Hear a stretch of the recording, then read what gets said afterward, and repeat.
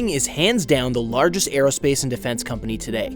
The only company that even comes close to competing with Boeing is Airbus, and these two companies have a grip on aircraft manufacturing. Usually when you think of Boeing, you might think of its massive passenger planes like the Boeing 747s and 737s.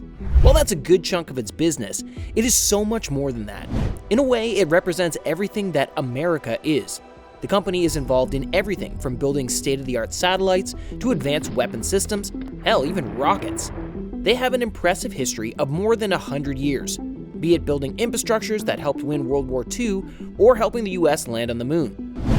Even recently, Boeing 787 achieved an aviation milestone by being the largest passenger airplane to ever land in Troll Airfield in Antarctica.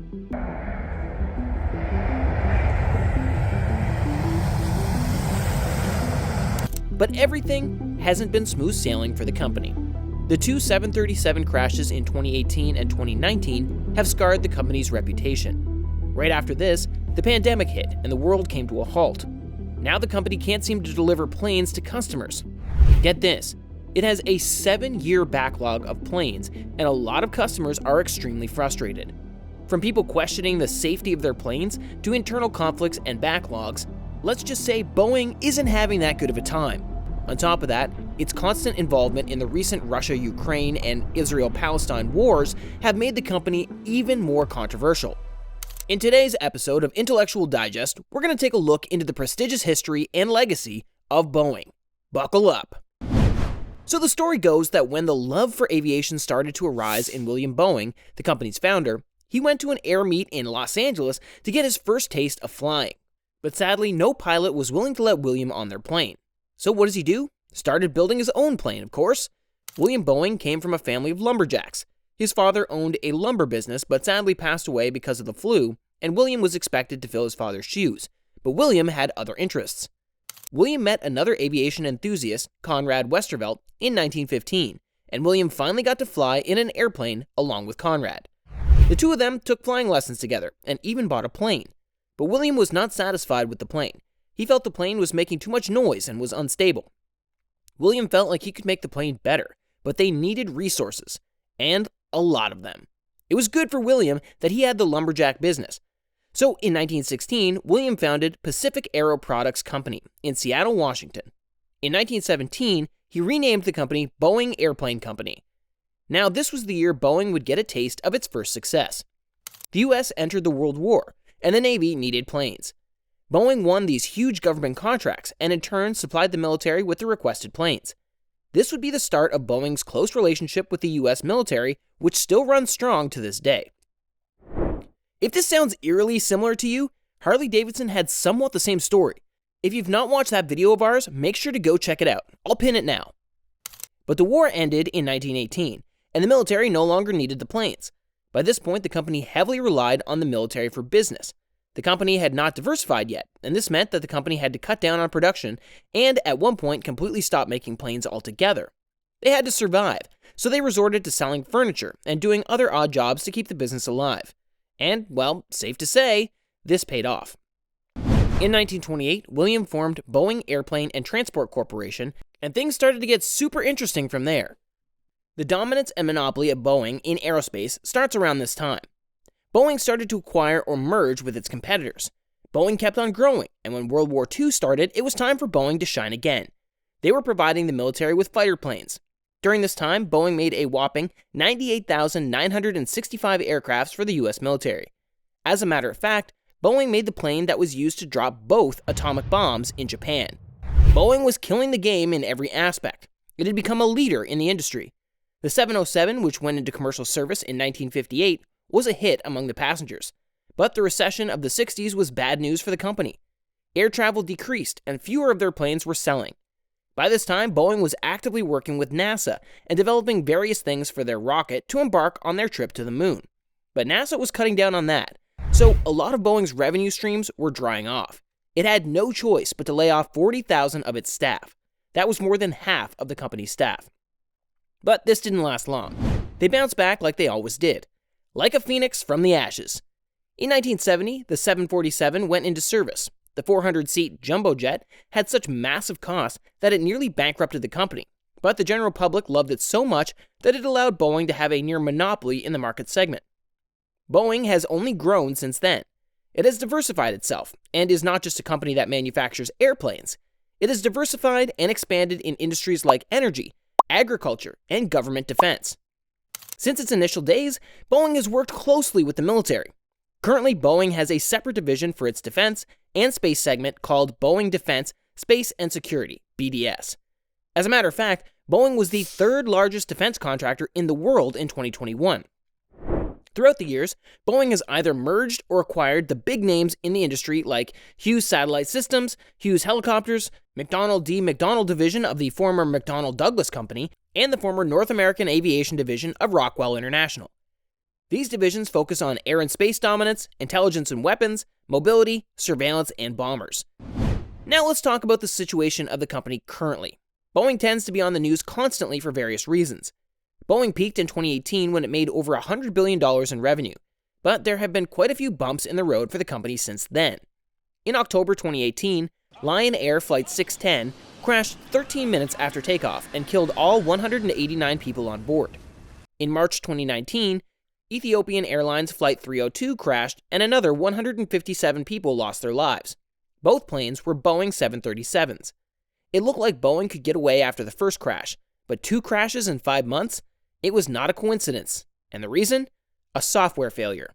Soon after the crashes, the US government grounded all Boeing MAX airplanes. An investigation into the crashes revealed the reason behind the software failure was that Boeing's executive team had lowered its engineering standards. And get this was all done to lower costs and increase efficiency. Internal documents show that Boeing employees themselves were not confident about the planes. The documents show one employee calling the 737 MAX ridiculous. In another email, one employee admits that he would not put his family in the MAX simulator-trained aircraft. The documents also revealed that the employee who was developing the software suggested that more training and guidance be given to the pilots to handle certain emergencies, but he was dismissed by the chief technical pilot, Mark Faulkner. According to Faulkner, if done so, the regulators would require the pilots to do more extensive training. In the end, a new software played a part in causing both crashes. This is a classic case of an organization prioritizing profit over everything. They tried to hide their flaws as much as they could, but in the end, Boeing paid a hefty price. In September 2022, Boeing was ordered to pay $200 million for misleading investors about the safety issues related to the crashes. Besides the billions of dollars in losses, the biggest loss to the company has been the loss of the public's trust. According to Boeing's research, 40% of the travelers are unwilling to travel on the plane. The company reported a loss of $636 million for 2019, and this was its first annual loss in more than 2 decades.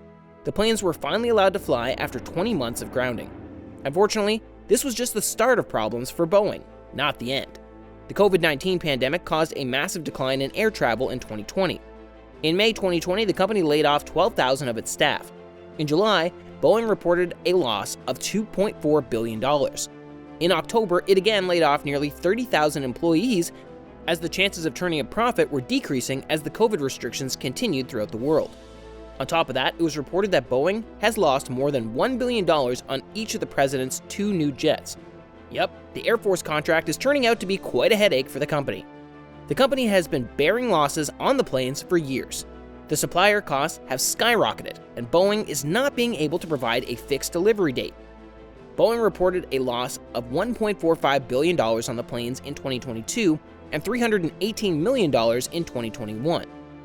The company also has a massive backlog and is not being able to deliver the products on time to its customers.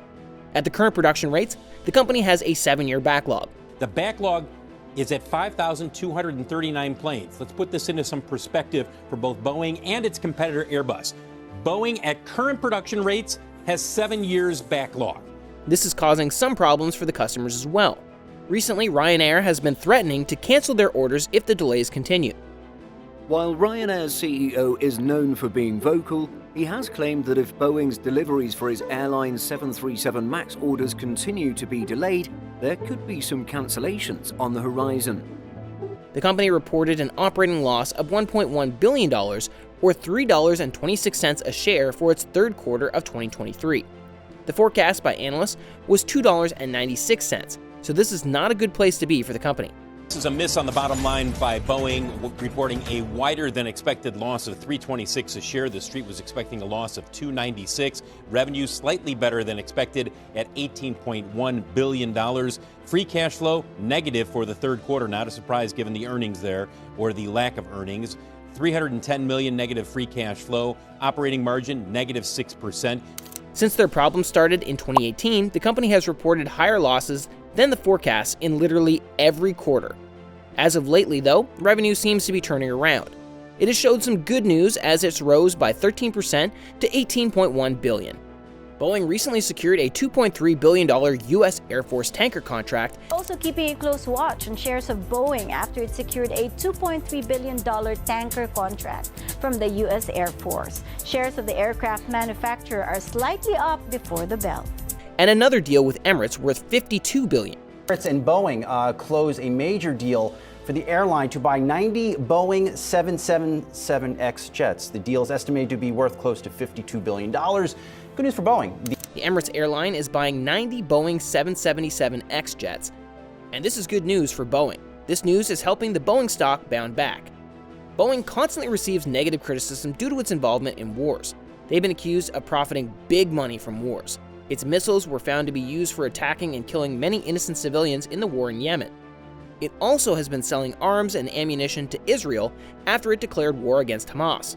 Protesters blocked the Boeing plant in Missouri that produces weapons, and these are the weapons that the US government is selling to Israel's military. I won't get deep into the politics, but you can see how these things can rub people the wrong way. Over a century of its existence, Boeing has been through many ups and downs, but it has shown its resilience every time. Even with the many problems that it is facing internally and externally, one thing still holds. It is one of the most valuable companies in the world, and by the looks of it, will remain this way for some time. Thanks for tuning in. See everyone next week. Intellectual Digest, out.